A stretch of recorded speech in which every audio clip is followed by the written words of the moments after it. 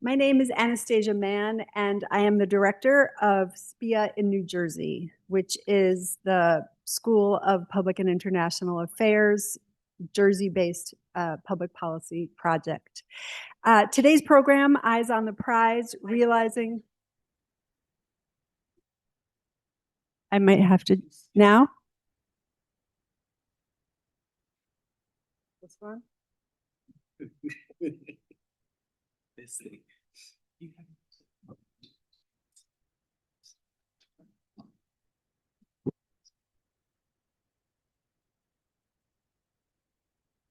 I can also shout. Yeah, you go. Okay, very good. Thank you.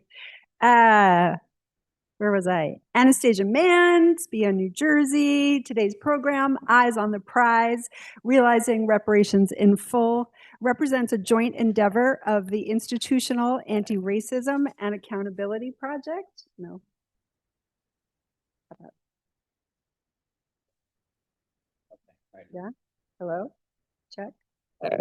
No one's watching this unfold. Hello? How's that? Just speak.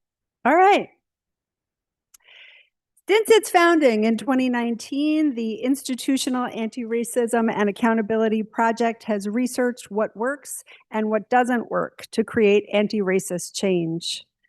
The IARA project is directed by Professor Khalil Gibran Muhammad, and with Professor Muhammad has moved to Princeton earlier this year, an historic first joint appointment between African American Studies and the School of Public and International Affairs. Woo!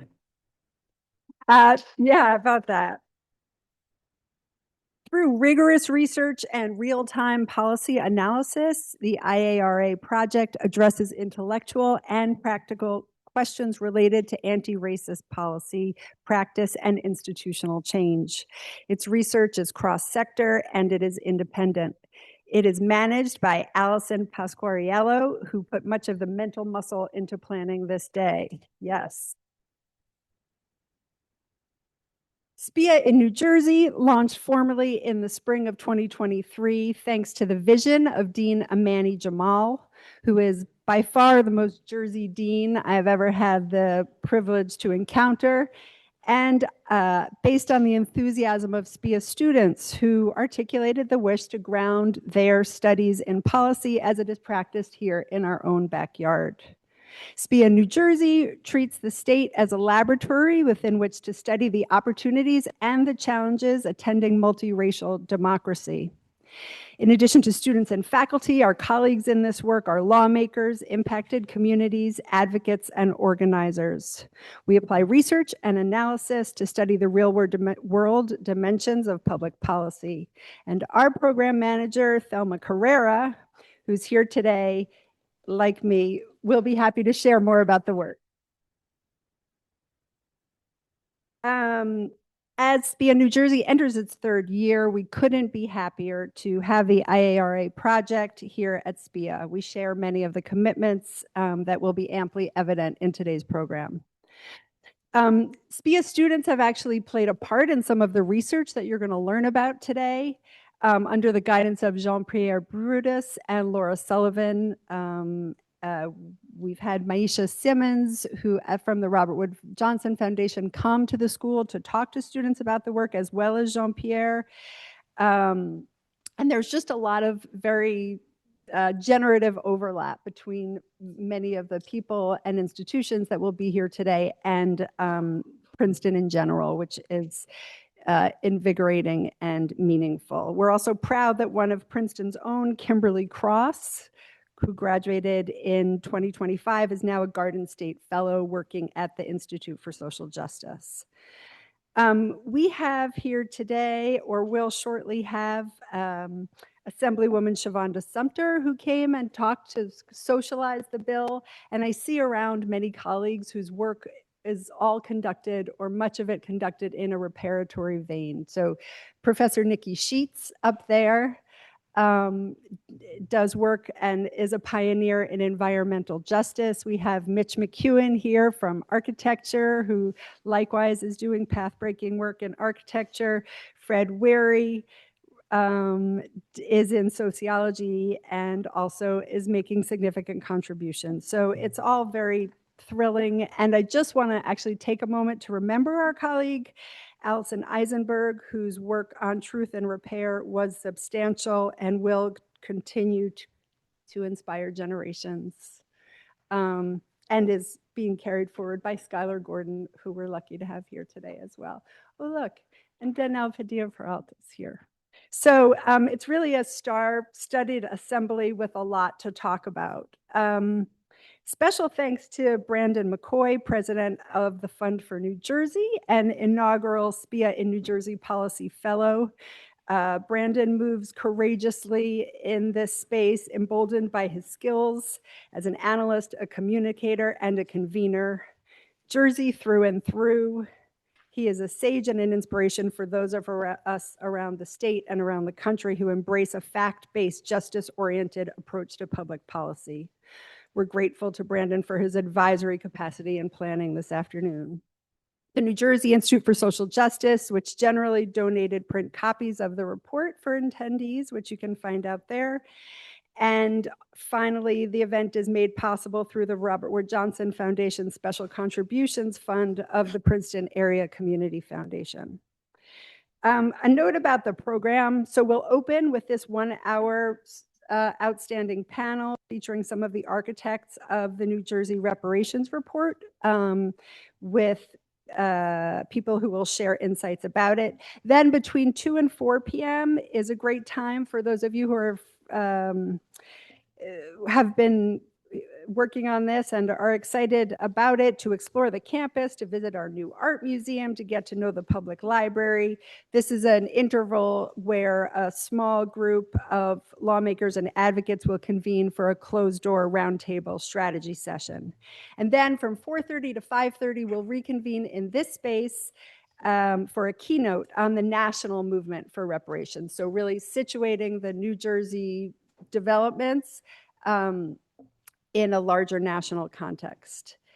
And we will hear then from one of the people who's done the most to move forward this conversation on the research-based movement for reckoning and repair, Aria Florent. Before we begin today's program, I am required to tell you that members of the Princeton University community and visitors have broad freedom to express themselves in a manner consistent with the university's policies. At the same time, university policies prohibit conduct that, among other things, disrupts university operations and activities. Any individuals who disrupt this event or are in violation of the university's policy will be subject to disciplinary action and will be required to leave the premises immediately. Also, Ruha Benjamin is here. Thank you for being here. That was a PS. So it's now my pleasure to introduce Professor Khalil Gibran Muhammad, who's really today is Professor Muhammad's brainchild. So we owe him greatly for convening us all. Professor Muhammad is a consummate public intellectual, board chair of the Vera Institute of Justice. He contributes to Boston Public Radio. He's the former Ford Foundation Professor of History, Race, and Public Policy at the Kennedy School, former director of the Schomburg Center, part of for research in Black culture, part of the New York Public Library, and the world's leading library and archive of global Black history. As some of you know, Professor Muhammad's scholarship examines the broad intersections of systemic racism, structural inequality, and democracy in the United States. He's the award-winning author of Condemnation of Blackness, Race, Crime, and the Making of Modern Urban America. Putting that research to work, he co-chaired a National Academies of Science study, Reducing Racial Inequality in Crime and Justice. So a scholar and a publicly engaged intellectual. He told me to not give his lengthy bio, so I'm gonna stop there and just say I'm really thrilled to welcome to the podium Professor Khalil Gibran Muhammad.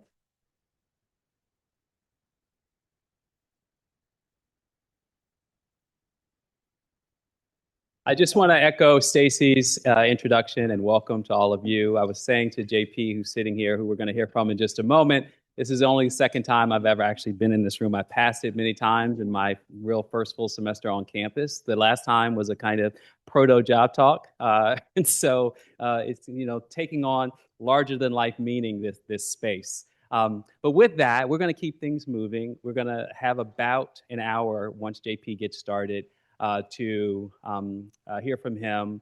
The goal with his presentation is to lay out some of the findings of the report, to sort of give a preview of what you have now in your own hands. We do hope that you read it and socialize its findings to others, to invite local conversations about these findings. This is a project whose goal is ultimately to make change, and change is on us. So with that, I just want to say that Jean-Pierre Brutus is a senior counsel in the Economic Justice Program at the New Jersey Institute for Social Justice.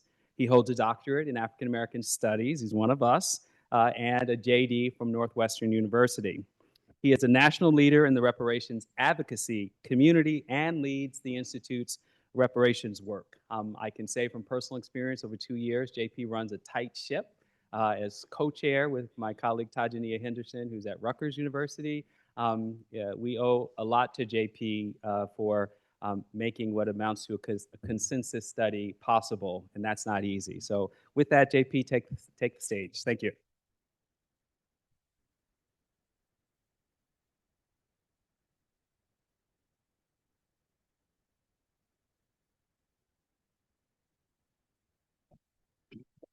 Good afternoon. Can you all hear me? Yes. All right, wonderful, wonderful. First, I just want to thank Allison, Stacy, Khalil, and thank you to you all for being here, as well as thank you to the folks on Zoom who are watching this afternoon. So I will be brief with my overview and give you a sense of some of the findings from the report, and then we'll get into our conversation. So first thing I just want to point out, and I want you to take notice of, is the Sankofa symbol on the cover of the report that was put together by our wonderful graphic designer, Jake. So take notice of that, and particularly take notice also of the title as well, right? Because we are really self-reflective and attentive to this particular moment when the report was coming out, and Ryan was really thoughtful about thinking about the report in relation to this particular moment in this nation's history, when we see this attack on our democracy. So take note of those two things as I begin to talk about a little bit about the report. So here's just a kind of little outline of the larger kind of presentation, but I want to get into a little bit of some of the findings. So prior to the release of this report, we were working as an organization to try to get a task force bill passed. That did not work.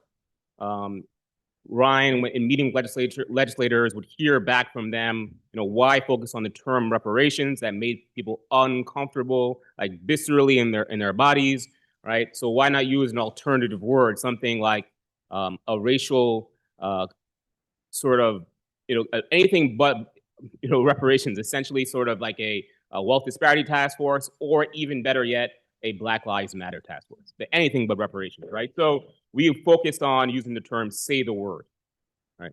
Couldn't get a task force bill passed, so we launched the Reparations Council in June of 2023. That was in Perth Amboy, which is a major site for the trafficking of enslaved people here in New Jersey. So the way the report is structured, there's a preface, an introduction, and then there are substantive sections. And so in the introduction, our co-chairs, Tajania and Khalil, sort of give an overview of reparations as a movement internationally and at the national level here in the US. They also give a discussion about what reparations are, particularly using the UN standard. So you have sort of the 5 elements. And the one in particular that I think we should focus on is this notion of cessation and guarantees of non-repetition. Sometimes colloquially, when folks think about reparations, they tend to focus on the third, right? And they tend to sort of consign reparations, this idea of solely cash payments, rather than thinking of reparations as activists and advocates would call for comprehensive or full reparations. And in particular, number 1, this idea that the practices and the policies that are continuing in this moment need to stop, and then the creation of alternative practices and policies. Also in the introduction, they get into sort of key figures in the movement. And as you see in the US, Many of the key figures are Black women, so folks like Belinda Sutton, but also on this page are Callie House and Queen Mother Moore. If you want to find out more about Callie House, you can read Mary Frances' book, My Face is True, My Face is Black, to learn more about Callie House. Also, just recently, the historian Ashley Farmer came out with a book recently about Queen Mother Moore. I urge you all to take a look at that if you want to learn about Queen Mother Moore's impact on the modern reparations movement. One of the wonderful, interesting things about this moment is that you see a proliferation of activism and engagement at the local level and state level on reparations. And so this is just a kind of snapshot of what's going on currently. Last week, I was in Evanston for the 5th annual convening of the First Repairs Reparations Symposium on local and state organizing for reparations. And it's expanded every year since I've attended. There are over 300 attendees this past year. California is one of the leading states on this work. New York is another. This is just a preview for the documentary called The Big Payback about the work being done at Evanston. If you don't know, Evanston is one of the primary sites for experimentation on reparations at the local level. I'll skip the preview there. So, New Jersey Reparations Council, made up of 55 scholars, experts, advocates, heads of organizations here in the state, and community members. Part of the purpose of the report was to draw a through line between slavery in New Jersey and contemporary racial inequality.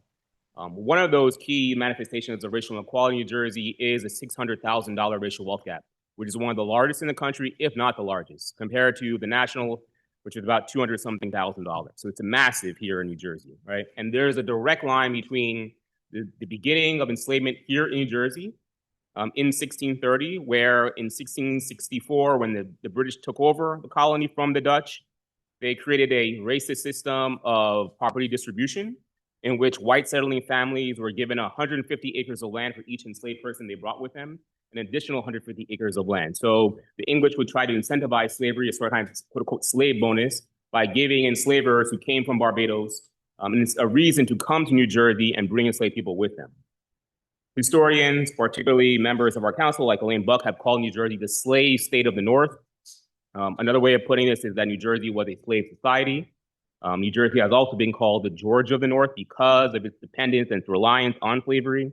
As historian Walter Greason has pointed out, enslavement in New Jersey built the economic infrastructure of New Jersey. And one of the things I want to point out, these images are directly from the report. And Ryan and many of us wanted the images in the report to reflect Black life, not under enslavement, but to show the possibilities of Black life at sort of this kind of future-oriented perspective. Now, you see the significant percentage, and as I said before, all these graphics and images are directly in the report, as you'll see.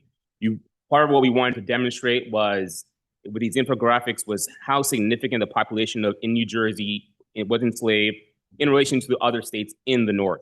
And so by 1830, of the enslaved population in the North, 2/3 resided in New Jersey. One of the key things that happens is, the U.S. abolishes slavery through the 13th Amendment.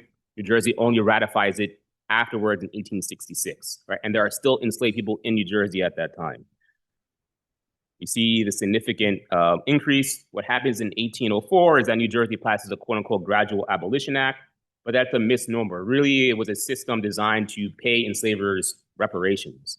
So from 1806 to 1811, the state provided a system where enslavers, quote-unquote, manumitted enslaved folks.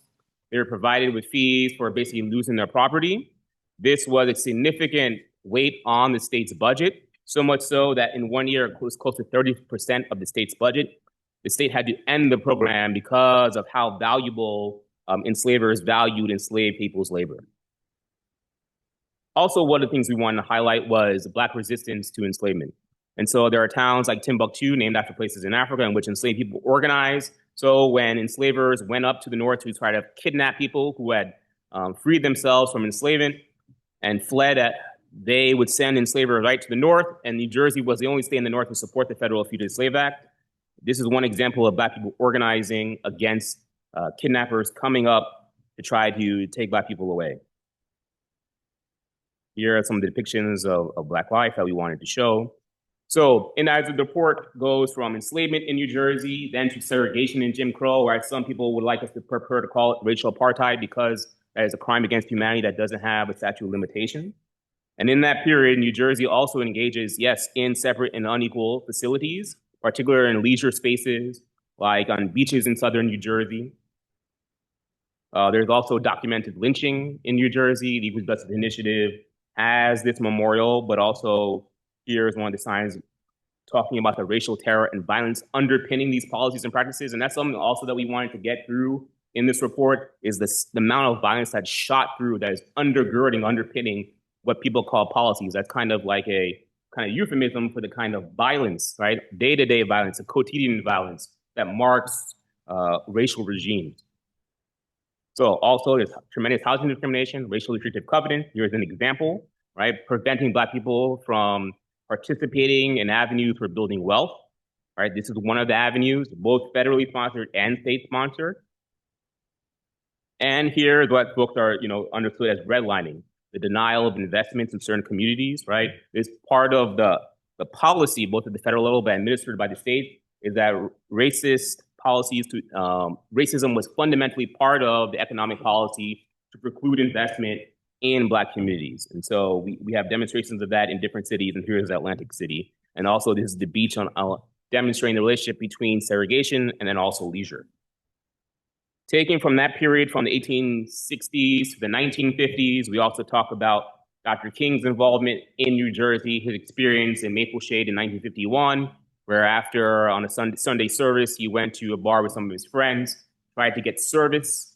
The bartender took out a gun and shot it into the ceiling, kicking Dr. King and his friend out of the bar.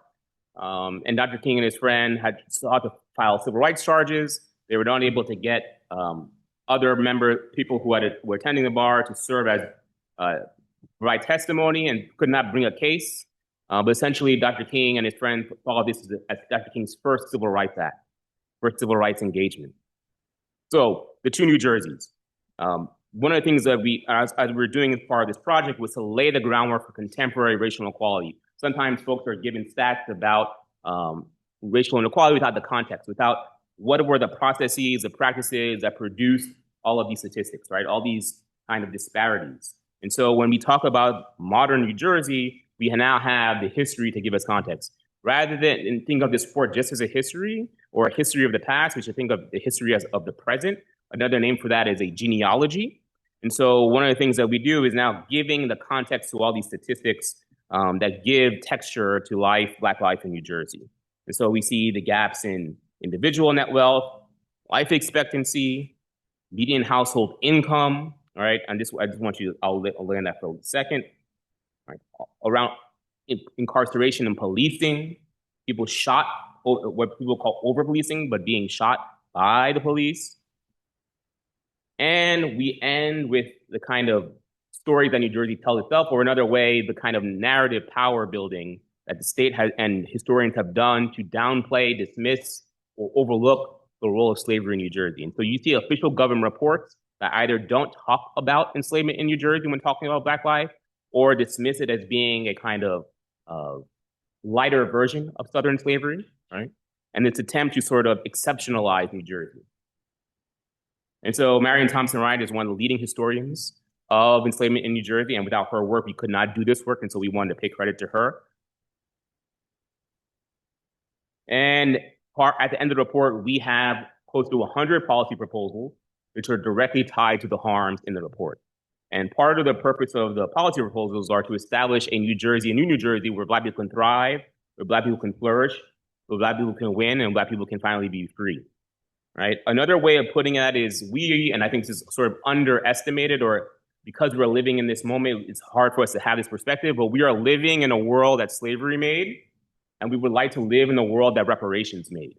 And so part of the policy proposal, and I'll get into these, and these are some of the examples, is this idea that the recommendations and the policies are not just meant to be sort of cutting around the edges and to sort of deal with this on the outskirts, right? And to do what Brian would call harm reduction, but to be transformative, to fundamentally alter Black life here in New Jersey. And as a result, as we came with Reconstruction, the Civil Rights Movement, life for all people here in New Jersey, and the result, the United States. And so here are some examples.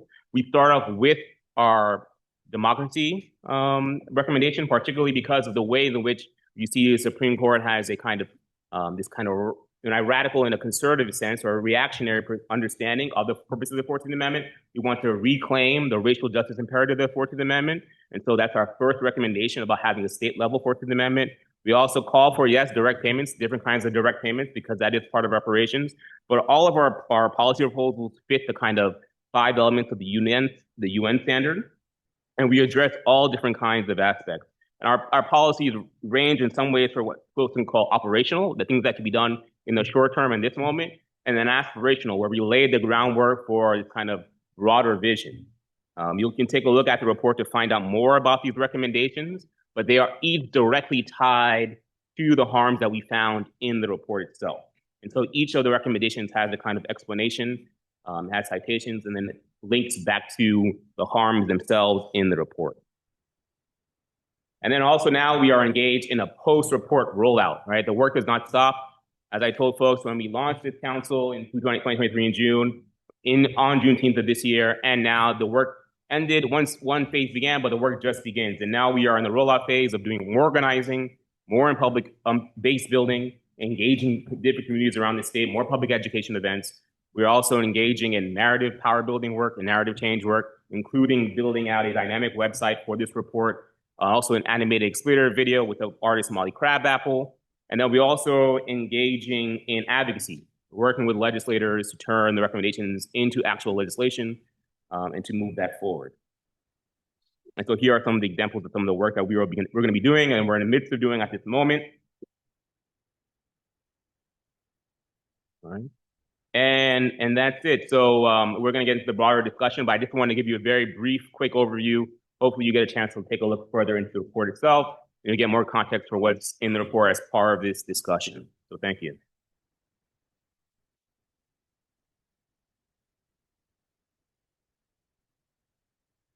Thank you, Jean-Pierre. So at this time, I'm going to ask the panelists to make their way down, and I'll introduce everyone, and we'll jump into a conversation. So first, we're going to welcome, if he's in the room, President and CEO of New Jersey Institute for Social Justice, Ryan Haygood. He leads the Institute. That's right. Give it up. He leads the Institute's transformative work to expand justice, strengthen democracy, reform the criminal justice system, and close New Jersey's staggering racial wealth gap. If you're not familiar with the Institute's work, it is our leading public interest and civil rights advocacy firm in this state. And without this organization, the quality of life in New Jersey would be far diminished, not just for Black and brown people, but for everyone. So very grateful for this work. Also, Dr. Mia White. She is an assistant professor of urban and environmental studies at the New School, where she uses spatial theories of race to teach critically about the environment. Her work emphasizes democratic practice at the intersection of racial, climate, and housing justice. She holds numerous appointments, including on the council's work as a member of the Environmental Justice Committee. So let's welcome Mia White. I've already introduced JP. He's taken a seat, and finally want to reintroduce Brandon McKoy. He is the president of the Fund for New Jersey and an established leader in public policy analysis and advocacy statewide and nationally. Brandon is also well known for his accomplishments from his time at New Jersey Policy Perspective, as well as his role at the Center on Budget and Policy Priorities. Brandon is our Russell Bolt, folks. But up. All right.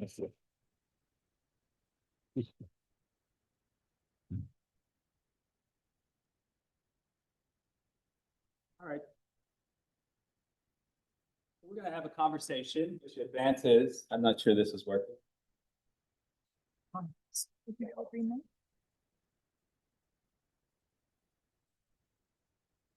50-year-old eyes here.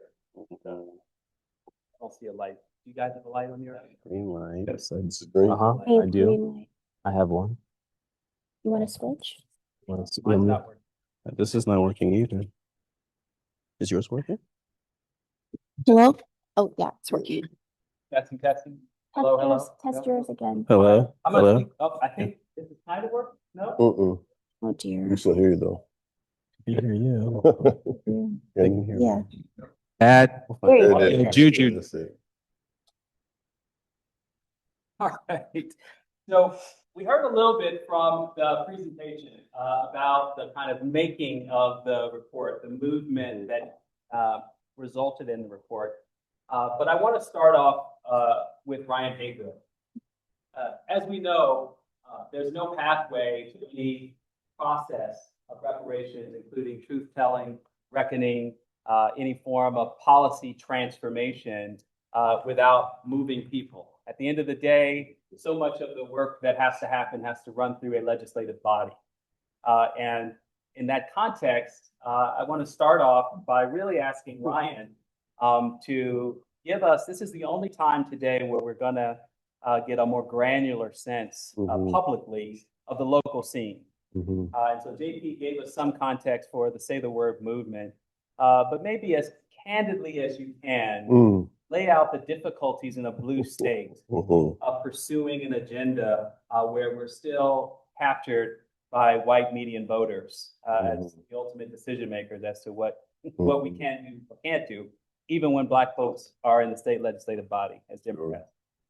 I think that was an invitation, Khalil, to tell a little bit of the truth. Is that what you invited? Sure. I just want to thank you all for joining us and for this conversation. I just have to acknowledge, I mean, this Ruha Benjamin in the room, she's trying to blend in right there, but you know, but I got to acknowledge her. And then, you know, there are a couple of folks from the council. Mia's on the council, and Nikki Sheets is also here from the council. I don't know if there's anyone else who's in the room from the council. And I just want to acknowledge our new incoming state assembly member, Chigozie Onyema, who is joined us today. And I think, to Khalil's point, I think he's the only elected official in the room, right? And he's not yet in the legislature. And we're at Princeton. Follow me? And that's Khalil Gibran Muhammad. And that's Ruha Benjamin. And he's the only elected official. He's not been sworn in yet. And so I just want you to think about that. And I love Jean-Pierre's point that we're living in a world that slavery made. You know, when we released this report, we also released a survey that showed that 56% of people in New Jersey don't know that slavery happened here.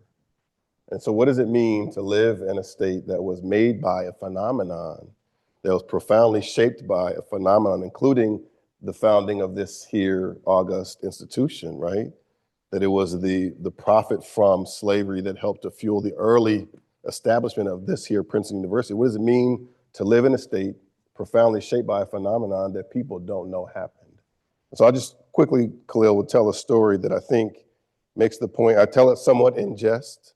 There's a point where you can relax and feel free to laugh. It's coming a few moments in, but it arises, Jean-Pierre knows where it's going. It arises in a context. A few years ago, I was having a conversation about these racial disparities in New Jersey, and I have for you this material we put together. It's a staircase of the reality by the numbers, bless you, that Black folks face. And although New Jersey is home to one of the wealthiest economies, it's also home to some of the most punishing poverty.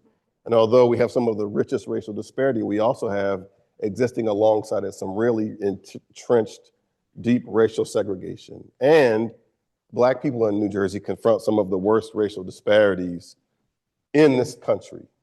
Those are by design, right? Too many people don't appreciate the by design part. And so I was talking about these racial disparities, and in particular, I focused on the racial wealth gap that Jean-Pierre mentioned. At that time, we had about a $300,000 racial wealth gap. And I was sharing that we had this racial wealth gap, and there was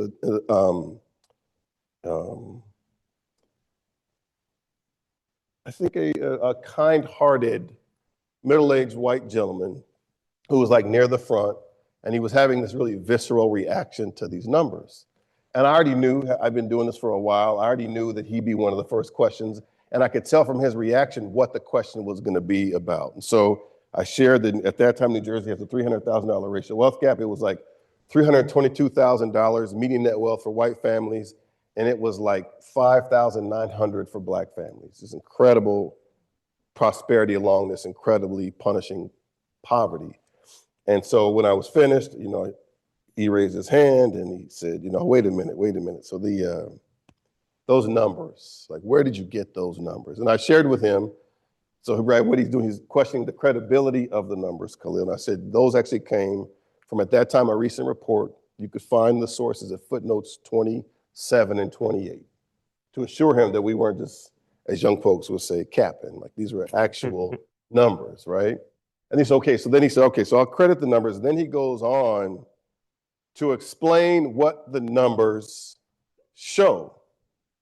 So it's coming. There's going to be a point where you can relax and laugh, but this is not it. It's coming soon. And he says, the reason that the median net wealth for Black people is so low is because Black people tend to be underemployed. And when they are employed, they tend to be prodigal with their resources. You see them, the things they purchase. Literally, the Jordans. Prodigal. The things they purchase. Yeah, the prodigal was me. Yeah. They tend to be irresponsible. The racial wealth gap, he went on to conclude, is a function of personal failure on the part of Black people. And I appreciated it. He seemed like earnest, like he was honest. This was what he believed, and I appreciate that he was willing to share it in an audience full of Black people and other people, mostly white folks, actually. But then the third point, then he said, this was a kicker. Then he said, and I am a white man. And it was clear to the audience. And you all, he said, and I don't have $300,000 in wealth. And he let that sit there, and so did I. And then I said, well, that, my man, that is a personal failure, right? That is. See, some of you are like, wait a minute, that's cold-blooded, right? And the reason I said that, somewhat in jest, is because as Jean-Pierre pointed out, ours was a society when, as a colony, when we were founded as a colony, we incentivized the enslavement of Black people. We gave each English settling family up to 150 acres of land, and we gave those same families an additional 150 acres of land for each enslaved Black person that they brought with them to the colony. Our racial wealth gap today, that's now a $600,000 racial wealth gap, it was conceived of, it was birthed in slavery in our state as a colony. And it's been reinforced, as this report lays out, through a series of policies and practices over generations. That's given rise to this one we have today, now 600,000.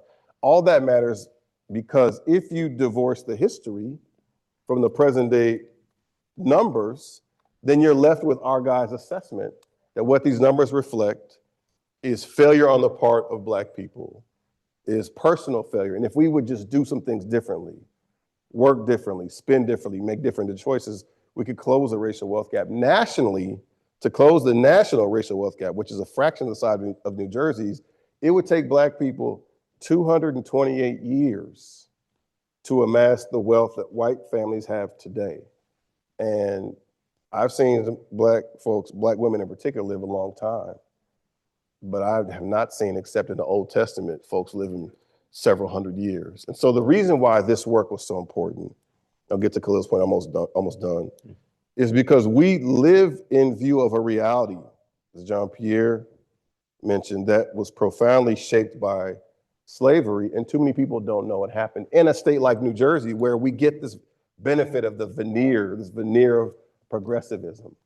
And so to Jean-Pierre's point, we had orchestrated, in a moment that we thought it made sense, after years of focusing on racial disparities, a campaign that was designed to get the legislature to create a commission to study what we kind of already knew. And we brought Nicole Hannah-Jones. This is like 2019. This is like, Khalil hadn't yet written a chapter in the 1619 Project. This was like the magazine version of the 1619 Project. As you all know, she would go on to win the Pulitzer. We brought her to Newark. She got like the first standing ovation 3 times. And then that same week, we went to the legislature and we had almost every Black elected official, some supportive non-Black elected officials, introduce legislation to study. Now, this was ahead of California and the other states. And I will say, in a couple of years, this legislation to study slavery and reparations didn't get a hearing. And what we began to learn, and I'll close here, is that even in a progressive sounding state like New Jersey, even progressive minded elected officials will be keepers of the status quo if the people don't push them to effectuate the will of the people. They'll say things that sound like they're with you, but then when you actually have conversations like these, you won't find them in these rooms.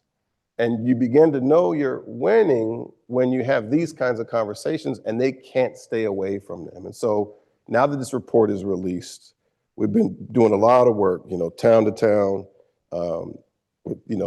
church basements, community rooms, college campuses, to build the groundwork for what will be the strategy, ultimately to get the legislature to take action on these policy recommendations. But the real work now, and I think the real powerful work right now, is happening from the ground up in communities across New Jersey.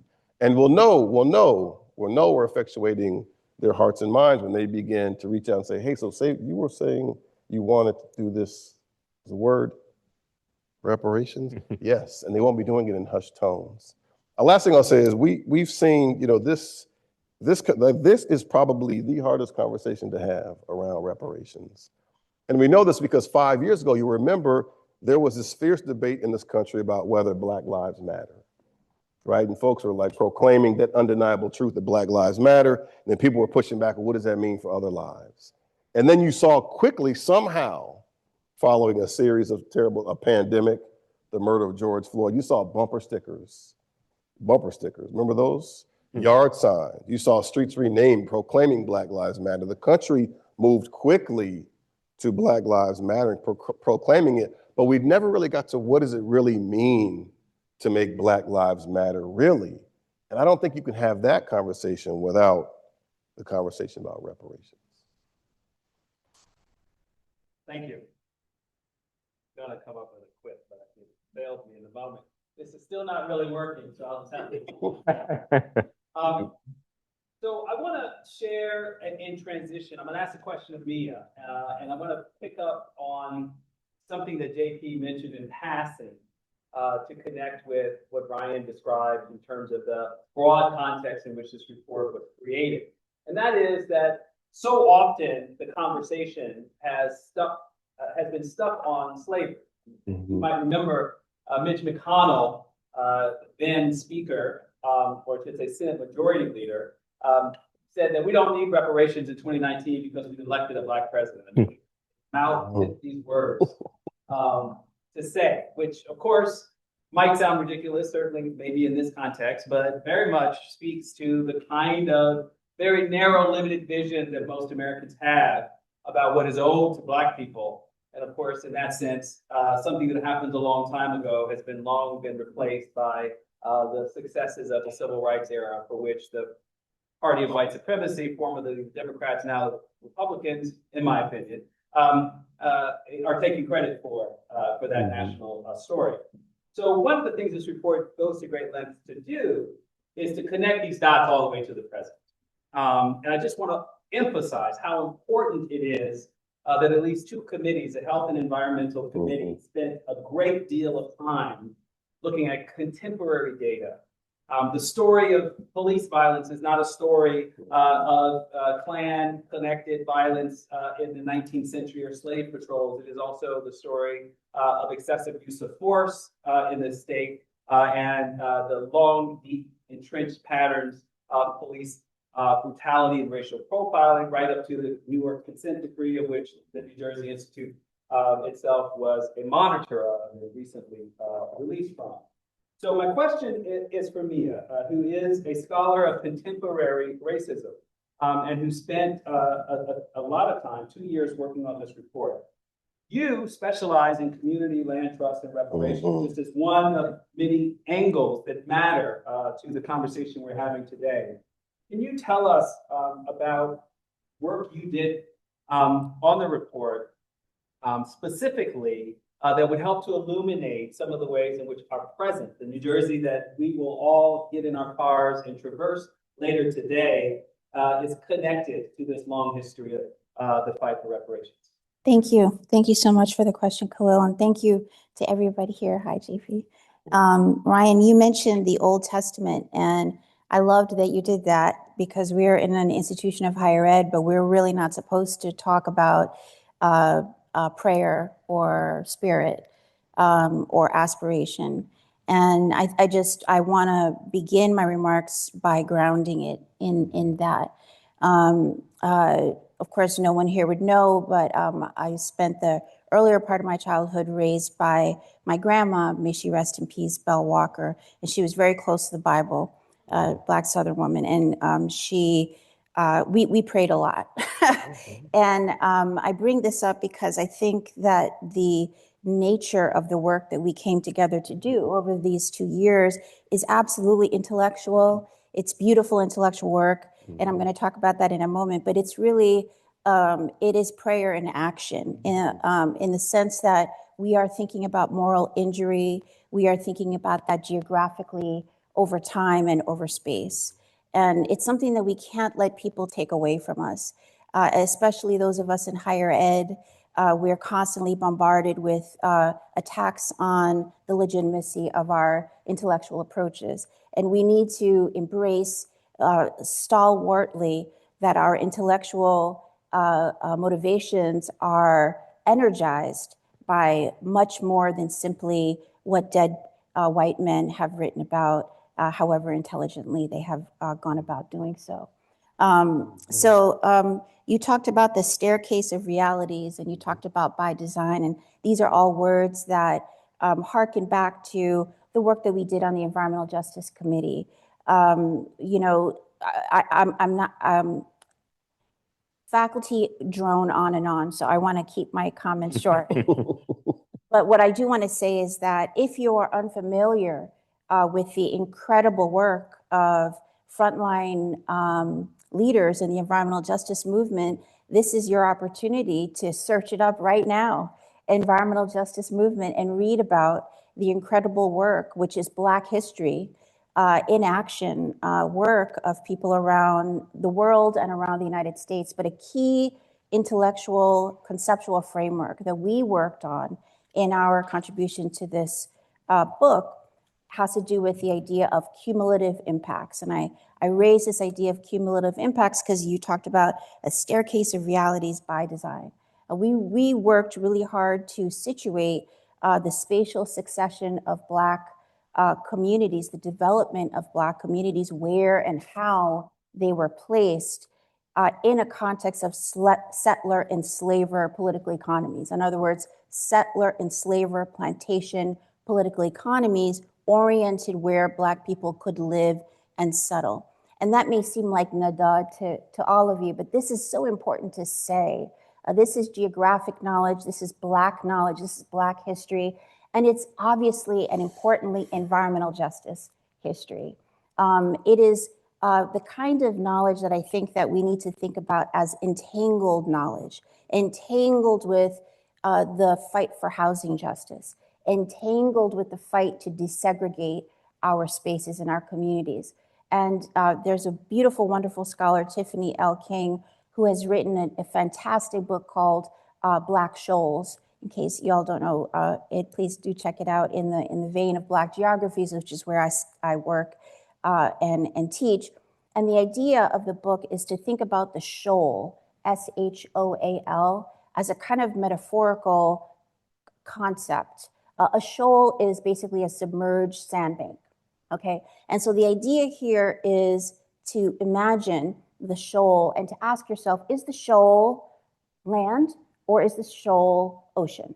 Which one is it? And as you find yourself stuck in this epistemological trap, you are meant to open the lens and become more meta in terms of how you think about the question. The question is wrong in and of itself because it is a binary formation. And so for us here doing this work on reparations, this is about meta panning out to reject binary formations of how we go about repair, how we go about thinking about Black history, Black presence, and Black community, how we reject this administration's and also previous administrations' attacks on Black history or the study of anything having to do with liberation, justice, and freedom.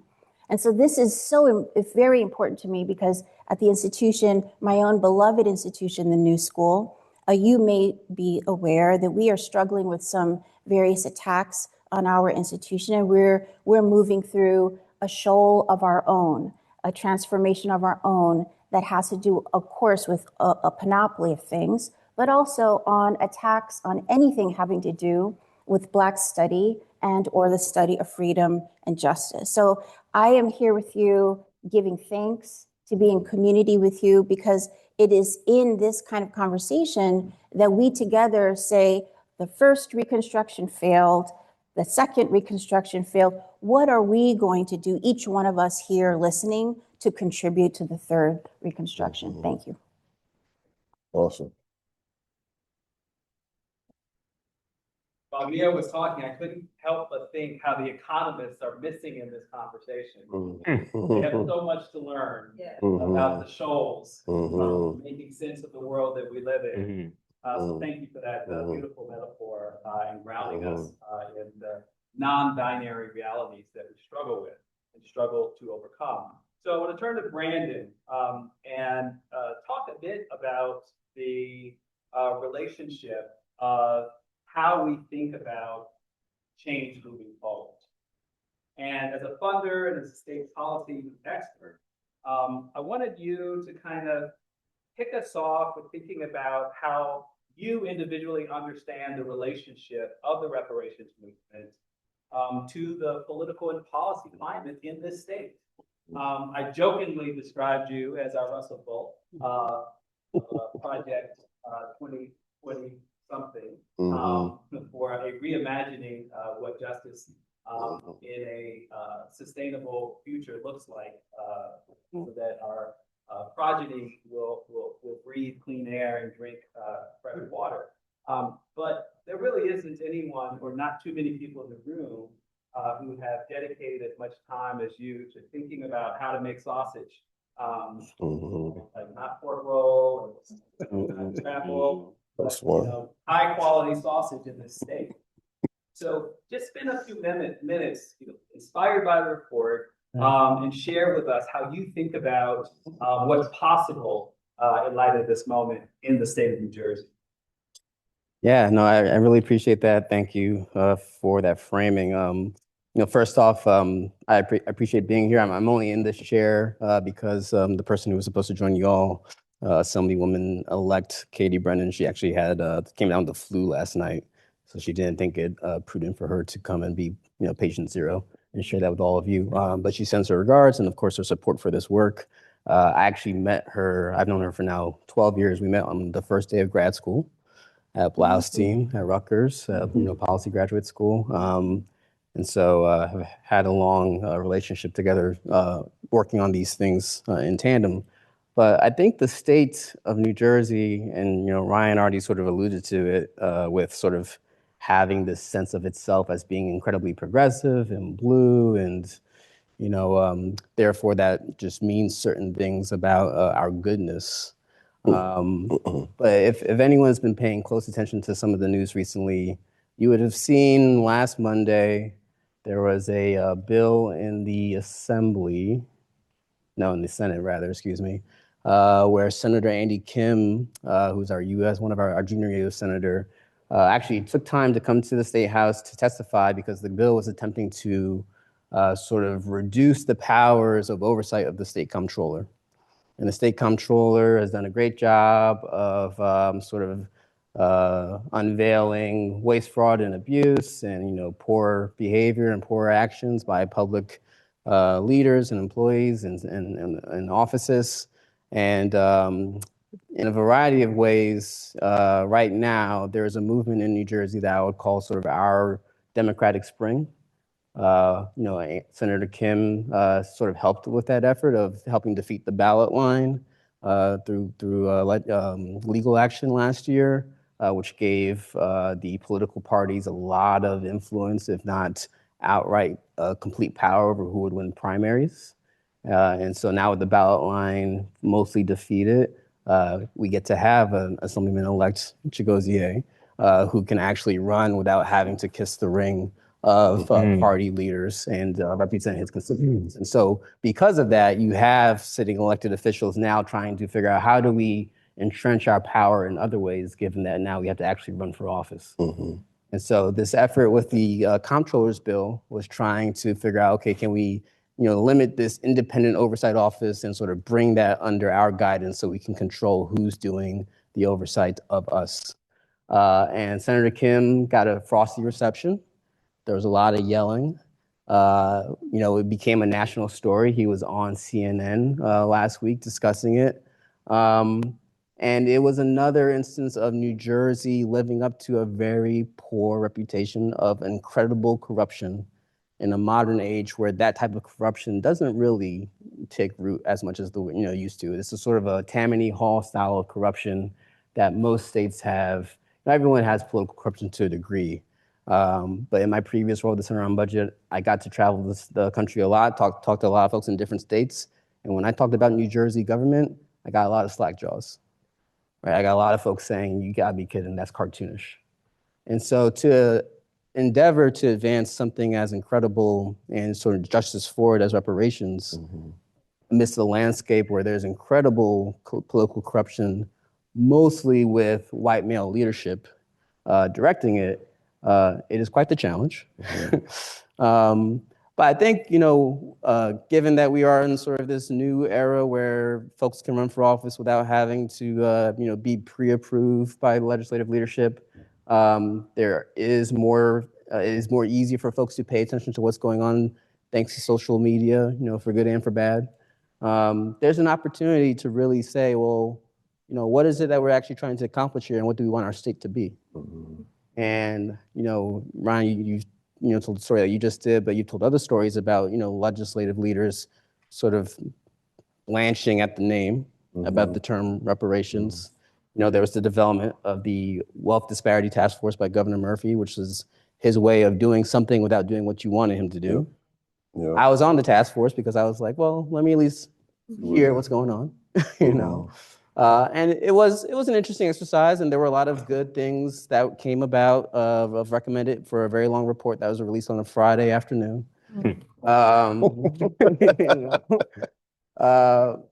But still, throughout that entire process, it was about a 2-year effort.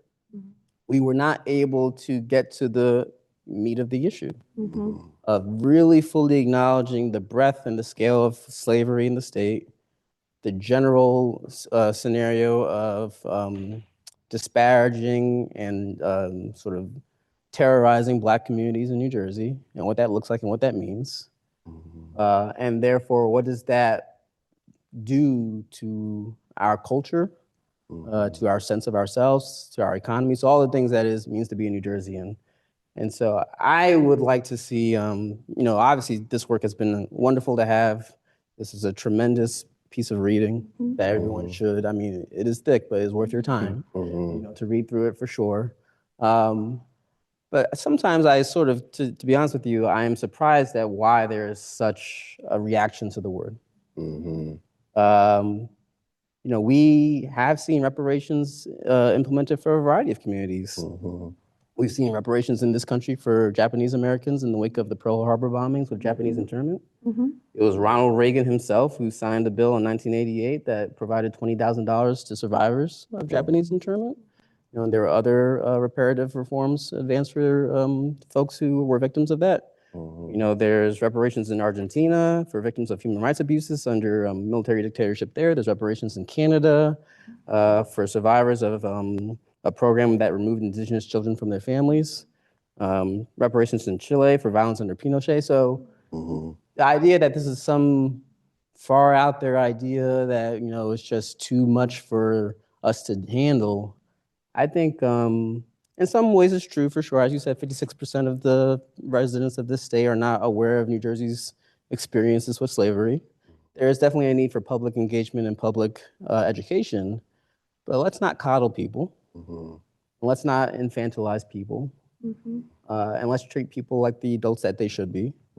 And we cannot claim to be in the business of trying to move the state forward in a way where everyone can thrive while refusing to deal with the failures of our past. And so I'm very excited by the likelihood of having some new voices in the legislature, some strong voices who are not going to be afraid of possible retribution for saying the wrong thing, quote unquote. Younger voices who know how to utilize media in ways that maybe some other leaders don't really quite get anymore. Because we need to have conversations that we haven't had in rooms that they haven't been in. And we need to sort of lead, or rather continue building this movement for public engagement around, what does New Jersey look like and how do we actually be living into our sense of ourself and being both prideful of our state, but pride also requires being responsible for the past abuses and past failures, right, that we have benefited from. And so it's a difficult state to accomplish change. And things in Trenton take a long time, but when they happen fast. Thank you. So, something that Brandon said had me thinking about reparations in a less obvious way. So, of course, we heard a little bit about reparations to enslavers. This happened here in New Jersey, nearly bankrupted the state for a short period of time. And we also know it happened in Washington, D.C. But might we think more expansively about reparations in the form of the Homestead Act, which amounted to essentially no-cost land for the indigenous to settlers, which I've seen at least one estimate that those acres amount to about a quarter of the wealth owned by white people today. Might we think about reparations in the context of the New Deal as repair from the harms of unfettered free market capitalism that created the necessity for shoring up the political legitimacy of the U.S. government at the time? In other words, the problem we face in the current moment is not an abstract challenge of trying to solve pancreatic cancer. The problem is, in fact, the problem of political will and choice. And so that leads me to my final question. And I'll start with JP and we'll just run it back. But I asked initially a question about a white median voter. And I guess I want to return to that question because we might imagine some other pathway, although I'm stuck figuring that out. So if we have to go through the white median voters' conceptualization of what we're talking about here today, what's in it for them? Like, could we make the case for what's in it for them? So I'm gonna start with you, JP, and then this is kind of the lightning round at the back. So have at it. Yeah, that's it. Can you all hear me? Yes. Wonderful, wonderful. All right, so that's an interesting question, and I think sometimes I wonder whether we should be framing, to push back a little bit, our politics around the white median voter and the perspective of whiteness.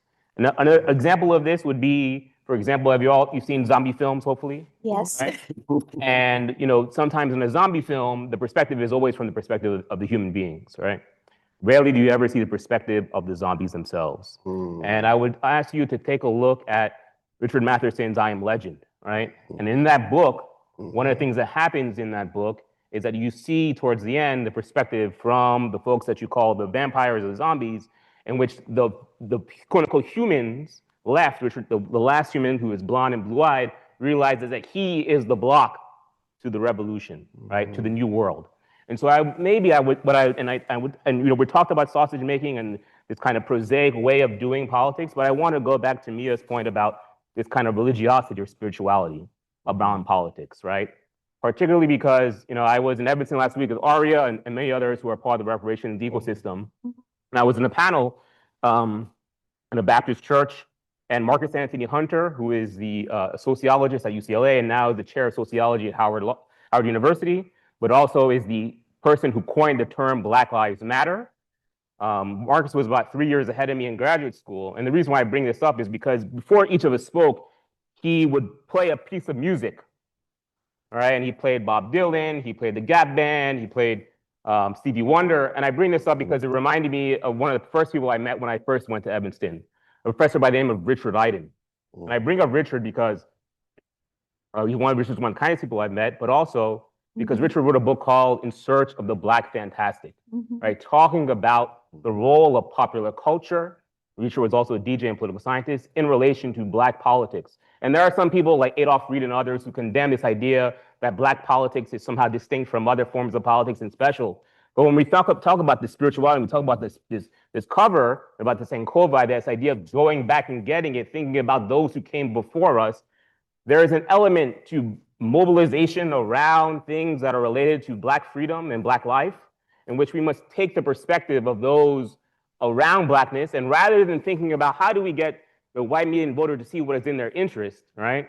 Particularly when we think about expanding our democracy through Blackness, what if we begin from the perspective of Blackness first and taking and interrupting the field of whiteness in some ways, right? And Aria and her organization talks about making reparations common sense and commonplace.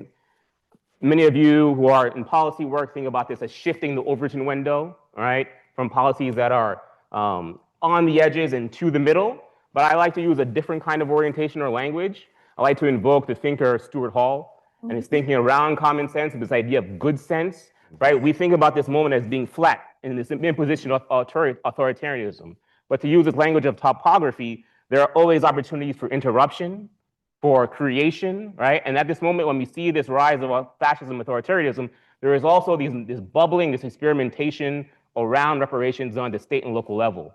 And we must draw from that and from the past to think about how do we envision reparations as a future-oriented project, as a possibility for alternative kinds of Black life, right? And think about it not necessarily through the perspective of how do we, get the white median voter on board, but how do we get the white median voter on board in the sense to think about this as a way of multiracial democracy as being in their interest from that perspective. And so another way of doing this is Mamdani's campaign, right? He used the language of affordability, right? And he stuck to his narrative to get folks who were opposed or who thought they were in support of Trump to then get onto his campaign, right? And so when we think about doing this kind of narrative change or to shift the language of hegemony, right? To shift this kind of and establish a new hegemony, to use language of Stuart Hall and others, we need to think of from that perspective, I think, in that shift, rather than thinking about from the alternative kind of way. All right, so that was amazing. Give it up for Dave.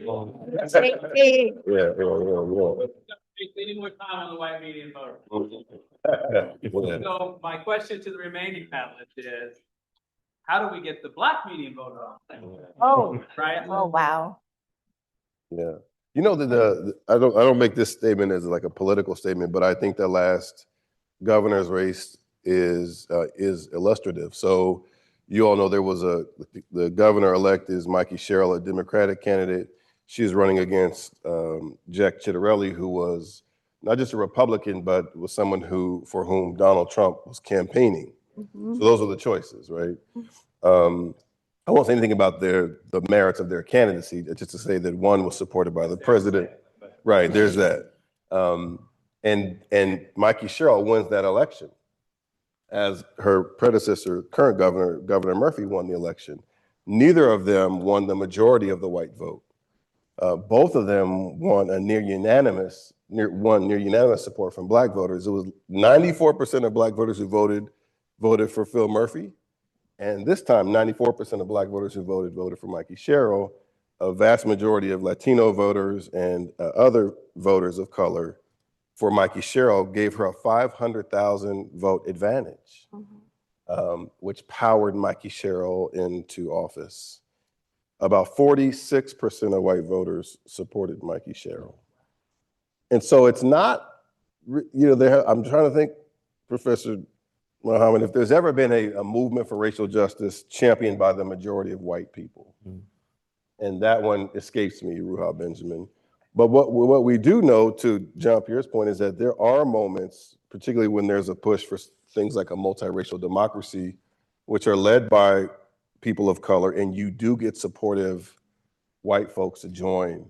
And they're precious moments. I'm thinking about the fact that we're having right now a conversation about reparations in a moment where it's illegal to practice DEI. Yeah.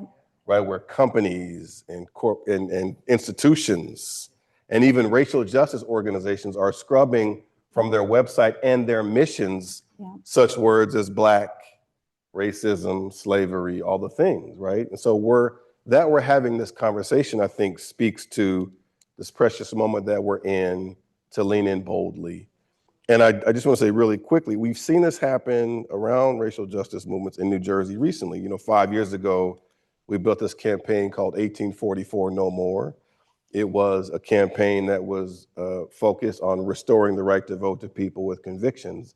It was called that because in the year 1844, New Jersey both restricted voting to white men only and it restricted voting to people with convictions. We centered people who couldn't vote because of convictions in that effort. And then we just built a broad coalition of folks around them. And that led New Jersey to restore the right to vote to people on probation and parole. I will say, at the time we launched the campaign, it seemed like it was an impossible thing. This bill was like 175 years old. And then more recently, in the city of Newark, young voters, these are 90% of the folks who led this effort in Newark were Black and brown students, led an effort to lower the voting age for school board elections.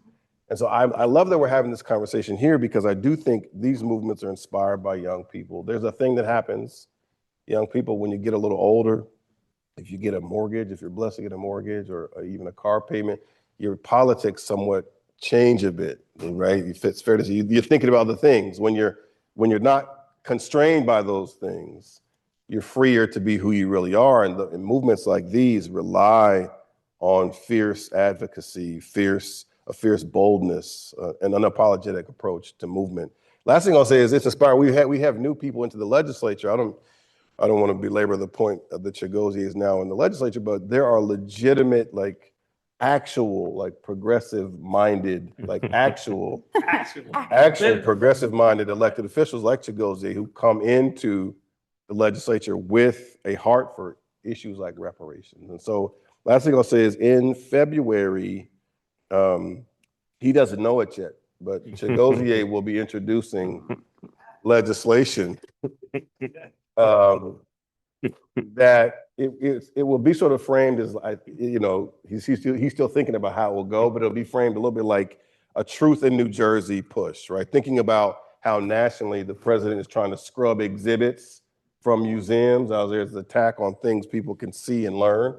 It'll be like it'll be New Jersey's response to that nationally and a reckoning with our own history that we've not yet taken accountability for. And I think it'll include some kind of a formal apology signed by the governor and some intensive public education to ensure that we can move the 56% number in a positive direction. Yeah. So we are about to wrap up. Brandon has agreed to feed his final time to Mia. So Mia, you're going to be, oh, that's okay. Okay. Yeah, he's got a lot of sausage making. Okay. Mia, same final question to you. Okay, well, I would say that it's a complicated question, but society is basically essentially a partnership, a partnership between the living, the dead, and those not yet born. I mean, that is what it is. And if you don't believe that, then we have a whole other set of stuff to talk about. But if you believe that society, just the word, the idea of it as an imaginary, as some speculative fiction, is essentially about us being entangled with each other. Those of us alive, those of us who have passed, like my great-grandma, and those who are not yet born, then we have a differential responsibility. We have a different rubric for thinking about who is responsible, who is guilty, and who is also responsible. And the responsible is all of us that are here, that are alive. And what I would say also is that speaking to Black folks or white folks or whoever who don't necessarily understand some of what we're talking about and maybe won't ever read our beautiful book together, I would say, did you know, and I meant to read this before and I forgot, so I'm gonna read it now. Did you know that the places that Black people were allowed to settle in New Jersey, allowed meaning there were not white terror, racist people trying to kill them in these particular places, that the places that they settled morphed into the places that were formerly, became industrially zoned, okay? Did you know that?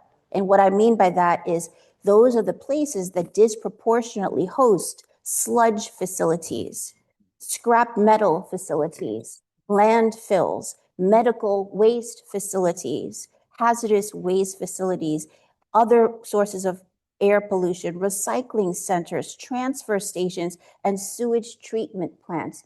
Did you know that? Did you know that? And did you know that even though those were some of the only places that Black people could settle, they are still being chased out of those places now? You mentioned the mortgage, because really wealthy developers will figure out how to package all the money, get the people out, package it, and redevelop it, clean it up, and then sell it as luxury housing. So we have a series of scales of moral injury and cumulative harm that we can learn more about by being in alignment with, of course, the good folks here, and especially my frontline folks leading the environmental justice movement. Please read the report. I'm happy to talk to anybody after. Beautiful, Mia. Killed it. That's beautiful. I want to thank everybody again for being here. This concludes our public panel for this afternoon. We will return to this room at 4:30 for a keynote, and I want to